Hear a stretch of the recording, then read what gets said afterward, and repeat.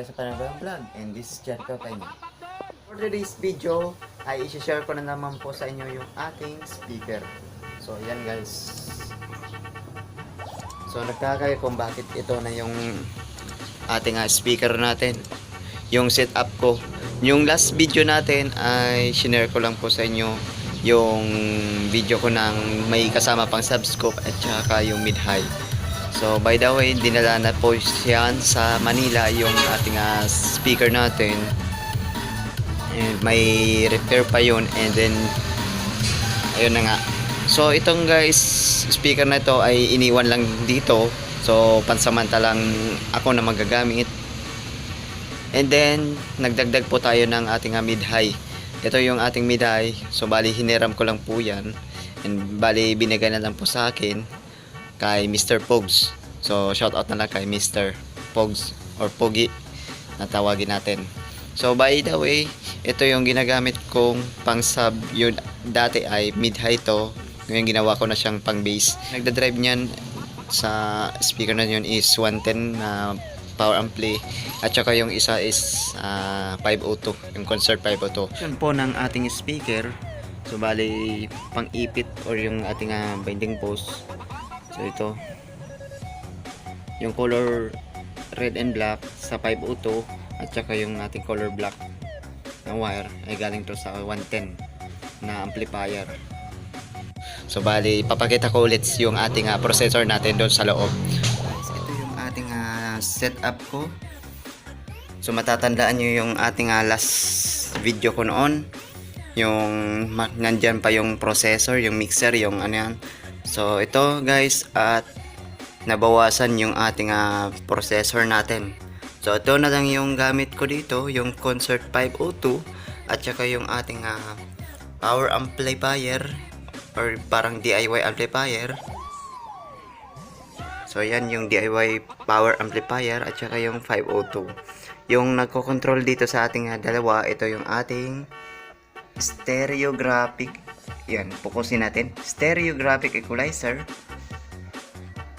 And then yung ating na-vlog natin dati, yung ating gold source na regulator or yung ating power supply or yung ating transformer.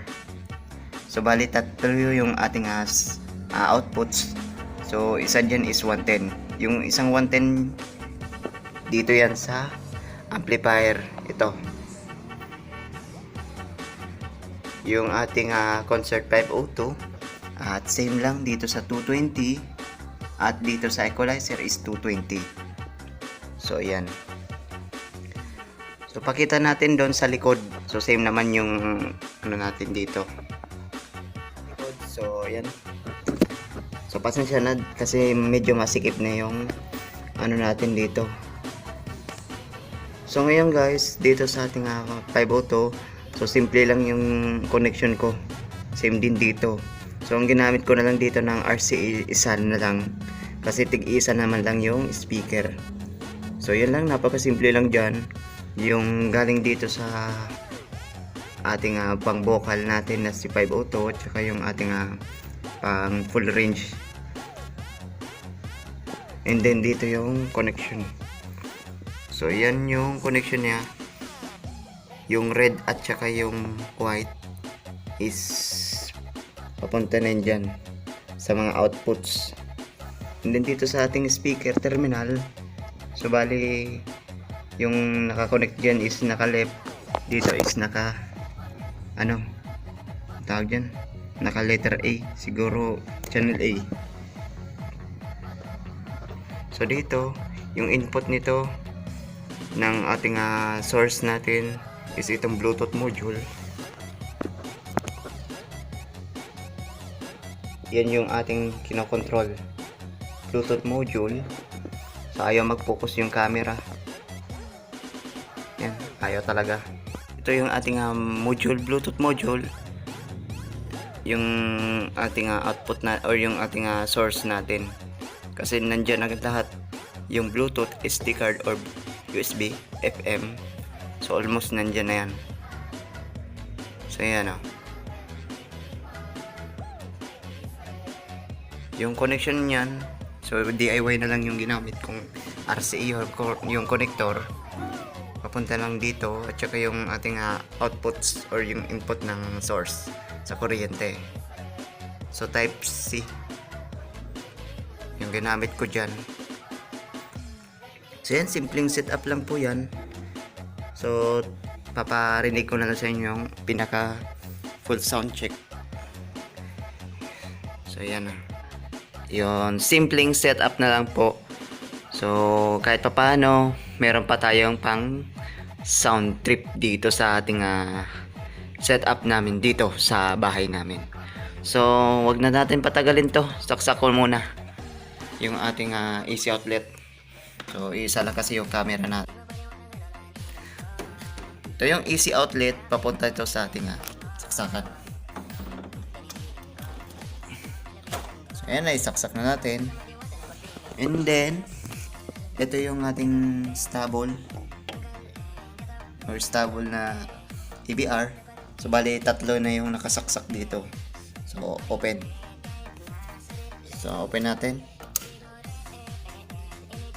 So makikita mo naman kasi may power indicator kapag mag-ano na yan. So ngayon is 0 volts. And pindutin natin yung quick start. So pag open natin, and makikita natin dito sa ating module. So naka-open na yan. Bali dito sa mga amplifier. So yung amplifier ay naka-close pa yan. So yung volume natin dito po pala. So hindi natin naayos yung camera. So dito po ay ilalagay natin dito. Siguro mga 9.5 lang. So close na natin kasi wala tayong mixer. Dito po lagyan natin sa lagay natin sa siguro mga alas 10. Kasi mas malakas na kasi ito pag naka alas 10. Siguro mga 9.5 lang. So close natin. So bago niyan ay lagyan ko na muna siya ng so dito ay naka-power na pala yan. Yan o. Bali naka-direct na kasi yan. So yung gagamitin natin dito ay USB kasi yung cellphone natin ay ginagamit sa camera. Ito lang yung ating USB. Saksak natin. Yan, nag-read na yan. Yan, color red na yan. So start na natin dito sa ating ampli. Ito yung ating sub. So yan, bumukas na. And then, volume tayo ng konti.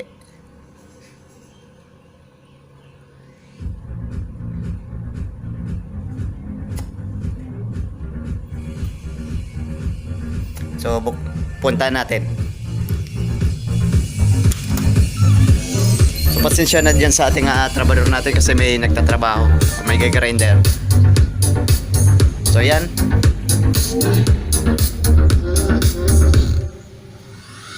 So, umidahay pa lang yan. Ayan, sub muna. So, sub na muna yan. Nagtetest natin.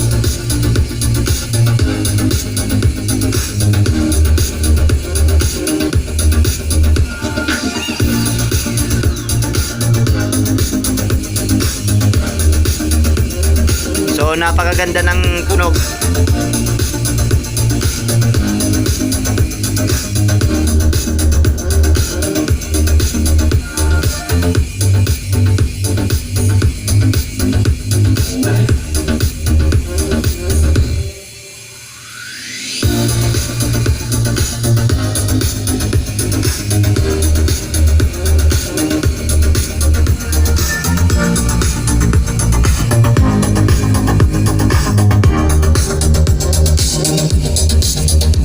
Napakalinis ng sounds niya.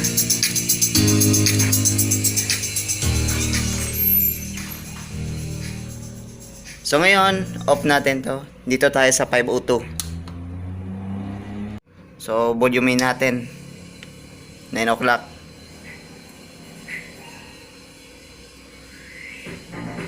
Yan, tumutunog na. Puntahan natin.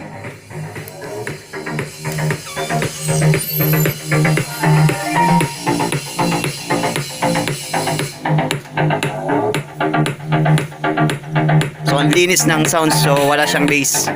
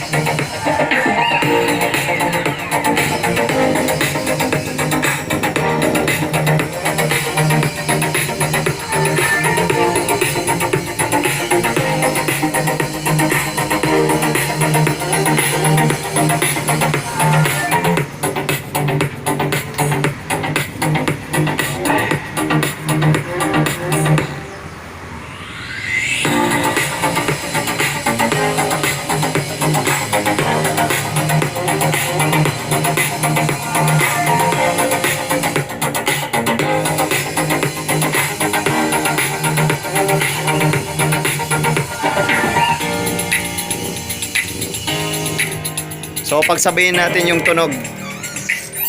So hindi na natin i-skip yung ating video. So pagsabayin na natin.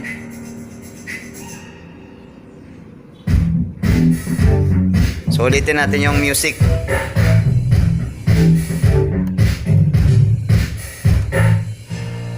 So ulitin natin yung music. So same lang yung volume. Yan, naka 9 o'clock.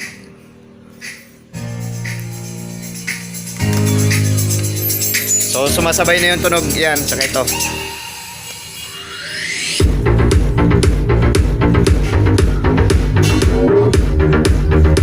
So nayayanig niya yung ating yan, pinto. Yan o, yanig niya yung pinto natin.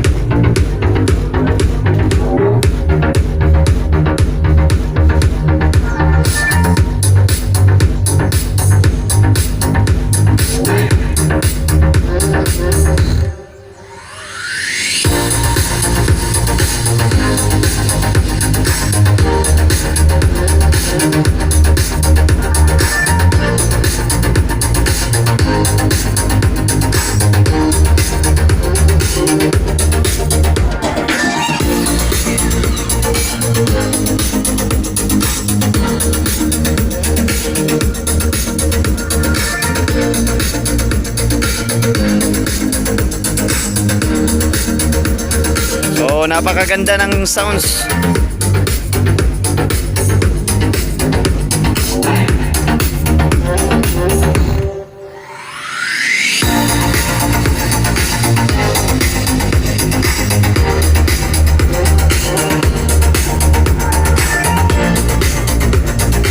So yung sound test natin dito ay galing sa YouTube library.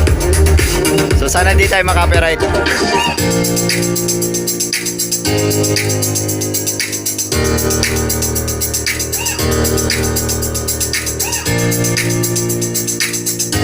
So yan, napakaganda.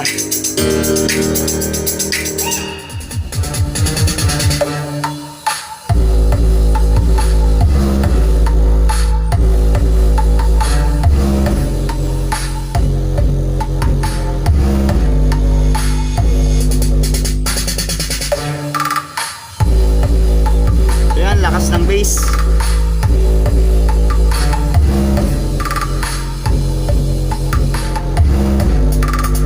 Pati yung bintana natin, nayayanig na yan, pinto natin.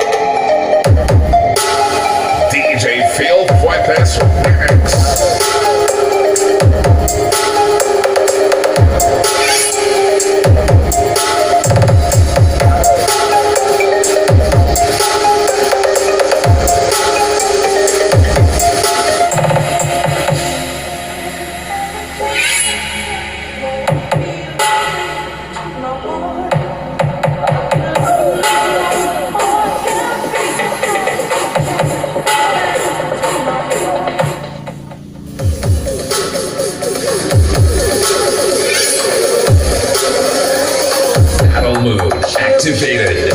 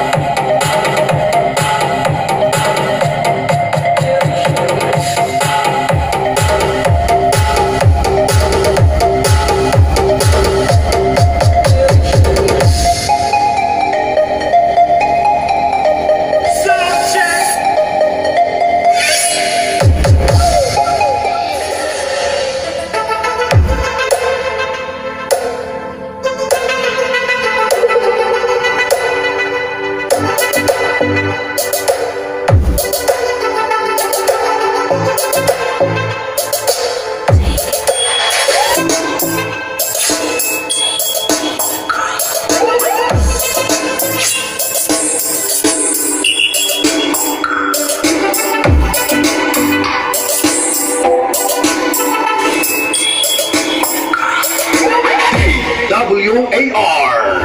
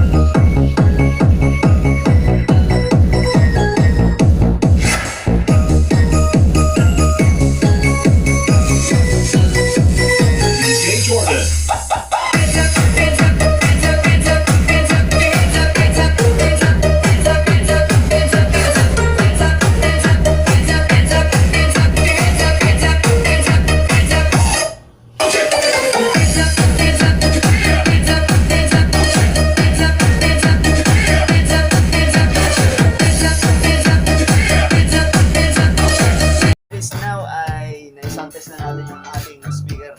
So masasabi ko napakaganda pa rin kahit naindala na yung ibang gamit ng sounds ko. Pero ayos na rin. Ayan o. So dito na tayo magtatapos kasi magagabi na. So baka mapagalitan na naman tayo ng kapitbahay. So maraming salamat na lang sa video and palike na lang and paki-subscribe na sa hindi pa nakapag-subscribe. So maraming salamat and see you next vlog. Bye bye!